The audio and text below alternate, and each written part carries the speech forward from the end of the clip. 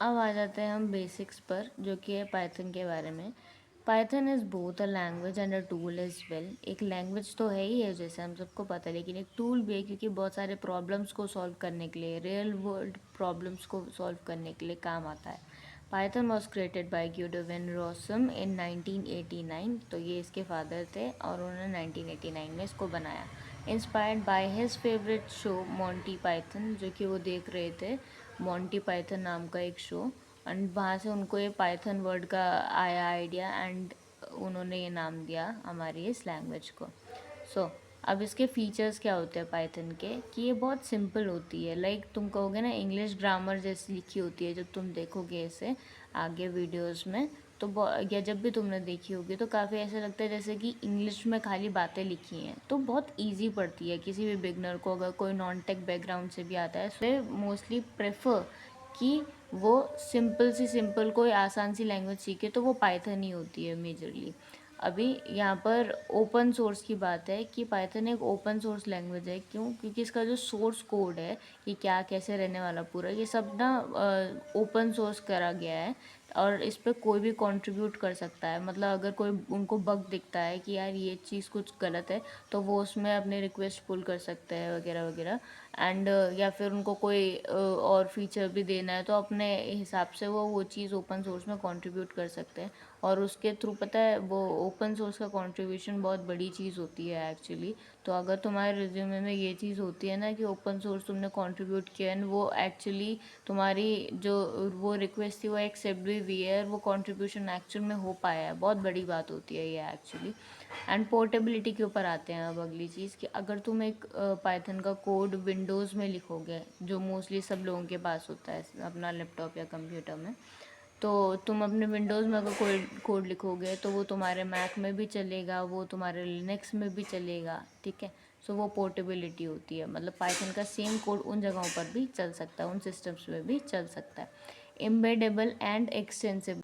Python को हम बहुत सारे सिस्टम्स के अंदर ना कहते हैं कि लाइक एम्बेड कर सकते हैं इन अ वे, कि हम उसका कोड वहाँ पर डाल के फटाफट उसकी स्क्रिप्ट बेसिकली वहाँ पर डाल के पाइथन की वहाँ पे काम को ऑटोमेट कर सकते हैं। जैसे कि माया नाम का एक एनिमेशन पे यूज़ होने वाला एक सॉफ्टवेयर, तो उसमें क्या किया जाता है कि पाइथन की स्क्रिप्ट को अगर हम यूज़ करेंगे, अब मान लो हमको 500 ट्रीज जनरेट कराने हैं एनिमेशन में, तो हम वो स्क्रिप्ट डाल देंगे एंड वो 500 ट्रीज उसमें जनरेट हो जाएंगे with the help of like Python. तुम अपना फटाफट से कोई चीज़ें करा सकते हो। अभी मैंने कहा कि ट्रीज जनरेट कराने वाली बात, जैसे कि एनिमेशन में, और ऐसे ही ब्लेंडर भी होता है एक, और ऐसी चीज़ों में तुम यूज़ कर सकते हो पाइथन को। और ऐसा नहीं है कि आप कुछ और लैंग्वेजेस को यूज़ नहीं कर सकते, कर सकते हो। आप जावा, सी प्लस प्लस इन टाइप की लैंग्वेजेस को भी यूज़ कर सकते हो, लेकिन उनका सेटअप करना, उनको सक्सेसफुली रन करना, वो सच्ची में काफ़ी टाइम टेकिंग होता है, हैवी होता है, कॉम्प्लेक्स होता है। और वहीं पर पाइथन काफ़ी आसान पड़ती है, इसलिए ये वाली चीज़ इसमें बहुत अच्छी है। एक्सटेंसिबिलिटी के बारे में बात करते हैं। एक्सटेंसिबिलिटी में ये है कि पाइथन में जो फीचर्स नहीं होते हैं ना, वो कई बार क्या है, सी प्लस प्लस को यूज़ करके भी हम पाइथन के अंदर ला सकते हैं। जैसे कि एग्जांपल के लिए बताऊं, नमपाई आप आगे एक लाइब्रेरी पढ़ोगे, जो कि मोस्टली आप अगर AIML की जर्नी पे जा रहे हो तो वो आपको पढ़नी पड़ती है। तो जो नमपाई है ना, वो बेसिकली सी में लिखी गई है, और वो उसको 50x फास्टर बनाती है, वो उसका बहुत बड़ा पॉइंट है।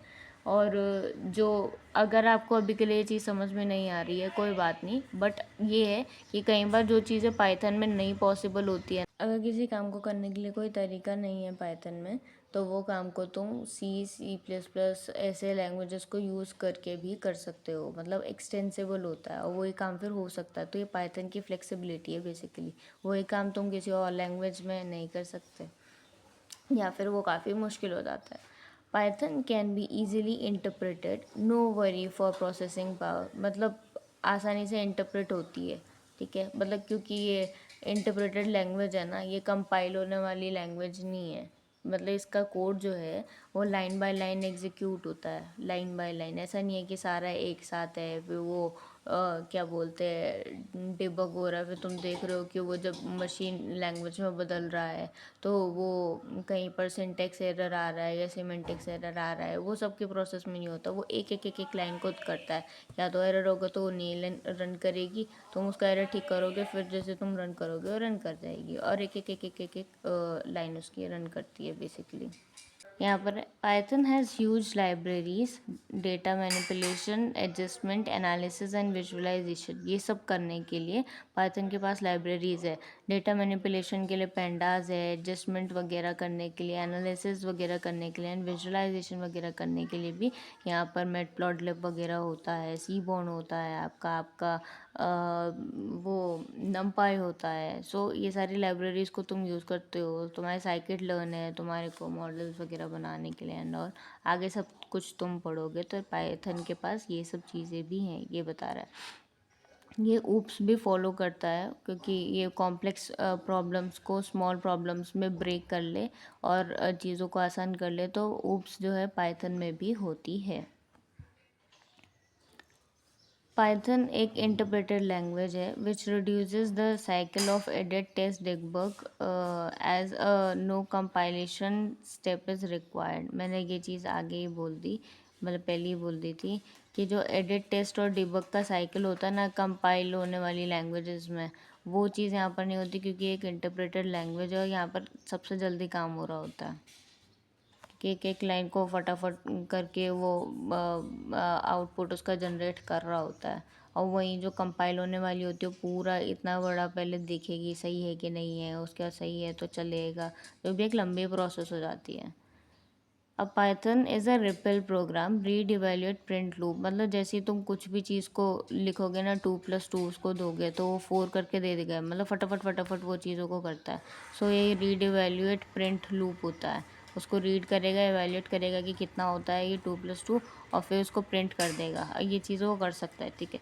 अब रिपल रिमेंबर क्या करता है कि when ever you create a variable और अ फंक्शन, जब भी आप कोई वेरिएबल को क्रिएट करो या फिर कोई फंक्शन को क्रिएट करो, आगे बताऊंगी कैसे क्या क्रिएट करता है, जैसे कि चलो बता देते हैं a=5, अगर आप ऐसे कुछ वेरिएबल को बना रहे हो या फिर कोई फंक्शन बना रहे हो, जैसे डेफ फंक करके आप कोई फंक्शन बना रहे हो और यहाँ पे उसकी बॉडी वगैरह लिखी है, तो ये जो है ऐसे ये कह रहा है कि रिपल को याद रहता है कि जब भी तुम कोई वेरिएबल को बनाते हो या फंक्शन को बनाते हो, यहाँ पर आपने वेरिएबल को बनाया, यहाँ पर आपने फंक्शन को बनाया, तो रिपल की वजह से उसको याद रहता है चीज़ें। रिपल हेल्प्स इन डूइंग, मैंने ये कहा था ना कि 10+10 2 × 2 7 - 3 डायरेक्टली, ये इसको कैलकुलेट तुम कर सकते हो, मतलब अगर तुम किसी भी कोड सेल में ना डायरेक्टली कुछ ना लिखो, बस ये चीज़ को भी लिखोगे ना और रन कर जाएगा, क्योंकि पाइथन के अंदर ये रिपल का फीचर होता है अच्छा खासा। एंड सिंटेक्स के बारे में अगर हम बात करें तो एक हेल्प के ऊपर अगर हमको जानना है, मतलब बेसिकली किसी भी चीज़ का डॉक्यूमेंटेशन किसी भी बात का जो कि पाइथन के अंदर है, तो वो कैसे जान सकते हो, आप एक हेल्प नाम के फंक्शन को यूज़ करते हो। हेल्प नाम का फंक्शन खुद खाली ऐसा दिखता है, पहले हेल्प और पैरेंथेसिस के अंदर अगर आप इसको लिखोगे तो आपको एक इंटरेक्टिव सेल मिलेगा जहाँ पर कि जो कर्सर होगा आपका ऐसे बार बार ब्लिंक कर रहा होगा, आप वहाँ पर क्या है कोई भी चीज़ को लिख सकते हो, जैसे आप फ्लोट लिख दो, आप स्ट्रिंग लिख दो या फिर आप लिस्ट लिख दो, आप ऐसी चीज़ें लिखोगे ना वहाँ पर, तो आपको हो गया पूरी डॉक्यूमेंटेशन दे देगा बेस्ड ऑन आप जो भी लिखोगे उसके बारे में पूरा बता देगा कि इसमें ऐसे ऐसे होता है, ऐसे ऐसे इसमें कोड लिखते हैं, ये होता है, जो भी है, ठीक है, उसके अंदर ये फंक्शंस अवेलेबल हैं, जो भी बिल्ट इन है वगैरह, ऐसा होता है। या फिर आप डायरेक्टली क्या कर सकते हो कि हेल्प के अंदर, हेल्प के इस फंक्शन के अंदर डायरेक्टली इंट लिख के दे दिया या फ्लोट लिख के दे दिया या कुछ भी जो भी आपको पूछना है, जो भी आपको ध्यान नहीं आ रहा है फिर जानना है, तो आप उसको जब इसके अंदर लिख के दोगे ना, जैसे ये लिख रखा है, तो ये इसकी डॉक्यूमेंटेशन आपको दे देगा, मतलब जिसमें सब कुछ इसके बारे में लिखा होगा कि इसको यूज़ कैसे करते हैं, इसका मतलब क्या होता है, क्या क्या क्या क्या जो भी उन्होंने उसमें दे रखा होगा सबका आपको डॉक्यूमेंट सा मिल जाएगा। ठीक है गाइस, अगर वीडियो पसंद आया तो प्लीज़ लाइक शेयर सब्सक्राइब करना मत भूलना, कुछ भी डाउट हो बोलना। Thank you.